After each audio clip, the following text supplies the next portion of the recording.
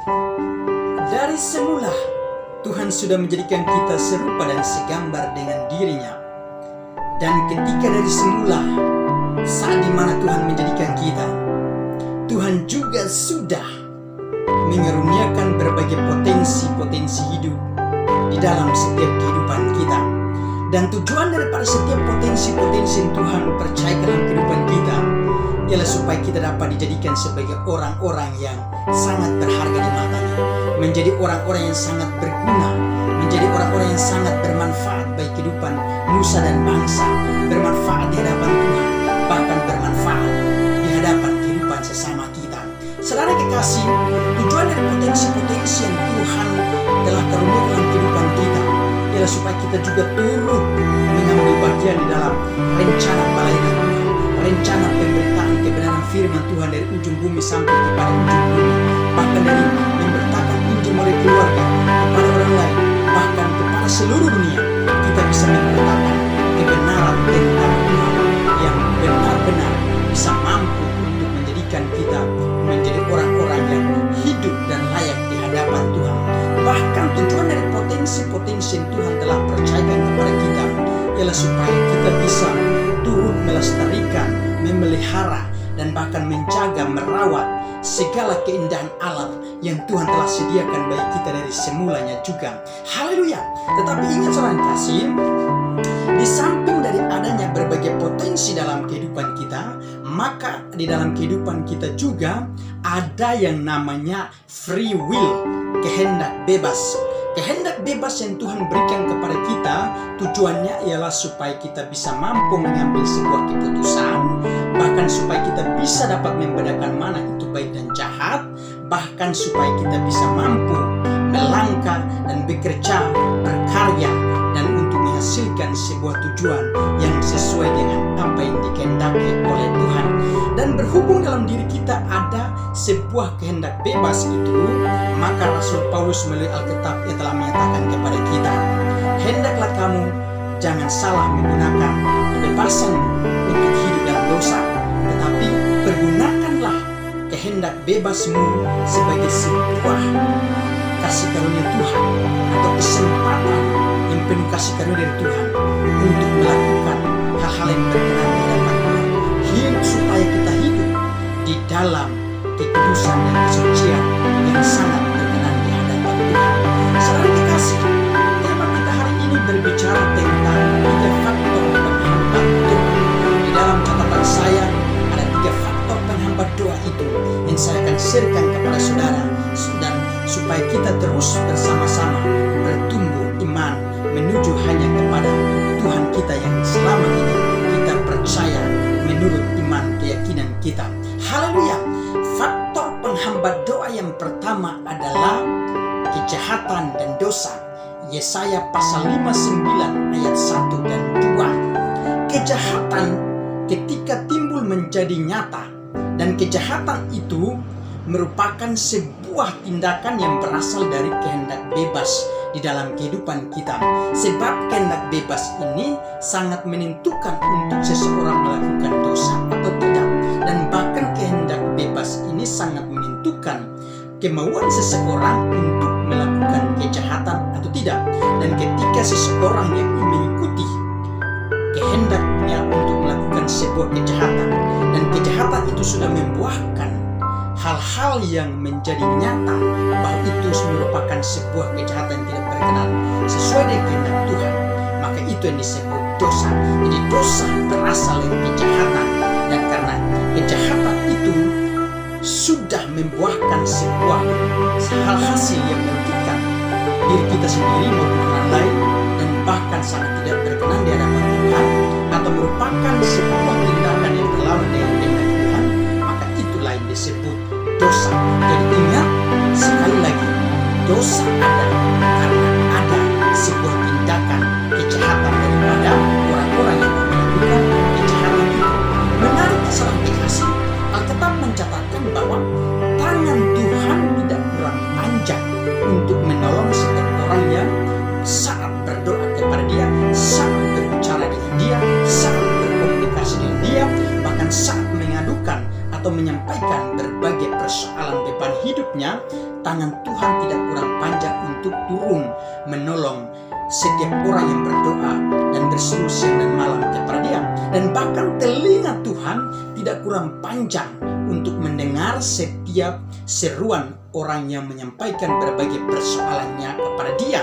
Tetapi faktor penghambat setiap doa-doa yang setiap orang naikkan maupun setiap seluruh kehidupan kita yang senantiasa kita arahkan untuk berbicara senantiasa kepada Tuhan, dan doa kita tidak jawab, adalah karena faktor kesalahan kita sendiri.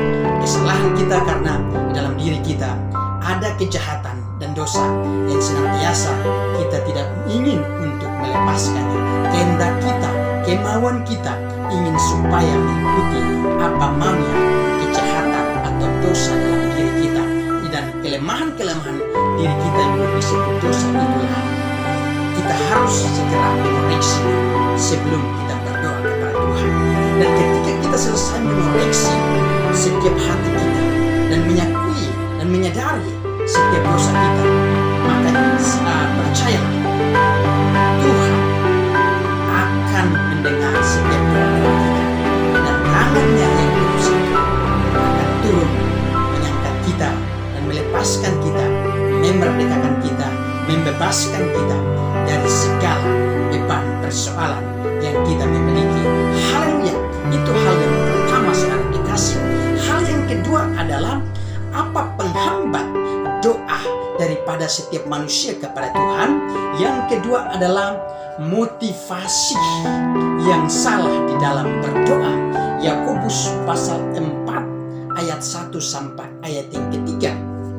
Seringkali saudara kekasih, ketika kita berkumpul di tempat persekutuan doa, di gereja, bahkan di komunitas-komunitas Kristen yang lainnya, terkadang kita itu sebagai manusia kita memiliki berbagai motivasi. Motivasi itu tidak akan nampak, tetapi ada dalam hati setiap manusia, ada dalam setiap pikiran manusia. Dan setiap orang yang hadir dalam sebuah komunitas Kristenan maupun dalam sebuah persekutuan doa, bahkan sekalipun di kebersamaan kita dalam gereja, setiap motivasi kita hanya Tuhan dan diri kita sendiri yang paling tahu motivasi kita berkat di hadapan Tuhan atau tidak. Nah, ketika kita memiliki motivasi yang berdoa maupun saat beribadah kepada Tuhan, dan memiliki motivasi yang tujuannya untuk hanya memuaskan keinginan kita atau kemauan kita atau kehendak bebas kita yang tidak berkenan di hadapan Tuhan, maka itulah yang disebut sengketa yang sedang ada di antara kita dengan Tuhan, maupun sengketa yang sedang ada di dalam diri kita. Saudara yang kekasih, sengketa-sengketa yang muncul ketika kita berdoa adalah hawa nafsu kita, kehendak bebas kita yang kita ingin salah pergunakan di hadapan Tuhan. Dan karena itu, motivasi kita dalam berdoa yang tidak sesuai dengan kehendak Tuhan, maka merupakan juga sebuah penghambat di dalam setiap seruan kita kepada Tuhan, dan Tuhan tidak akan menjawab. Tetapi ketika motivasi kita sesuai dengan apa yang Tuhan inginkan, maka percayalah, Tuhan akan menjawab. Sebagai contohnya saudara kekasih, tentang motivasi yang salah di dalam memberikan sebuah doa kepada Tuhan atau sebuah ibadah atau sebuah persembahan. Contoh-contohnya adalah saya ambil dalam Alkitab, yaitu Kain dan Habel. Ketika mereka berdua mempersembahkan hak bagian hidup mereka kepada Tuhan, maka ingat, pada waktu itu Habel persembahannya diterima oleh Tuhan, Kain persembahannya tidak diterima. Kenapa Kain tidak diterima? Sebab Kain memberikan persembahan memiliki motivasi yang tidak berkenan di hadapan Tuhan, sementara Habel memiliki motivasi yang sangat berkenan di hadapan Tuhan, ingin menyenangkan hati Tuhan dari persembahan yang paling terbaik, yang benar-benar sesuai dengan keinginan Tuhan atau kehendak Tuhan. Untuk itu saudara kekasih, ketika saudara dan saya ingin untuk berdoa, ingin untuk berkumpul beribadah kepada Tuhan, ingatlah tujuan motivasi kita adalah untuk menyenangkan hati Tuhan yang paling utama. Dan jika kita salah memberikan motivasi kita supaya bisa dapat dilihat orang, dan bahkan supaya lebih dapat menyenangkan sesama kita dan menyenangkan diri kita sendiri, maka jawabannya adalah, apa untungnya kita pergi beribadah dan berseru-seru kepada Tuhan di gereja, di tempat ibadah, dan di tempat komunitas kekristenan lainnya. Keuntungannya adalah hanya membawa kita ke dalam kehidupan yang tidak berkenan di hadapan Tuhan, dan bahkan motivasi kita yang salah itu akan membawa tujuan kita kepada jawaban doa yang terhambat. Haleluya. Hal yang ketiga, penghambat doa yang ketiga adalah karena manusia salah memilih bersahabat. Manusia salah memilih bersahabat. Kita bisa dapat temukan dalam Yakobus pasal yang keempat ayat yang keempat.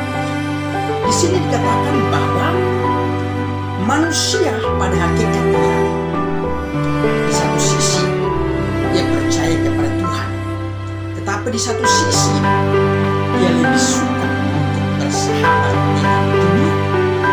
Bersahabat dengan dunia itu baik adanya, tetapi ingat hal-hal kejahatan yang ada di dunia, hal-hal yang tidak sesuai dengan kehendak Tuhan, hal-hal yang bisa membawa kita ke dalam perbuatan dosa. Jangan sekali-sekali kita bersahabat dengan dia. Selama kita mendiami dunia yang fana ini, kita memiliki lingkungan dan bahkan wilayah pergaulan yang berbeda-beda.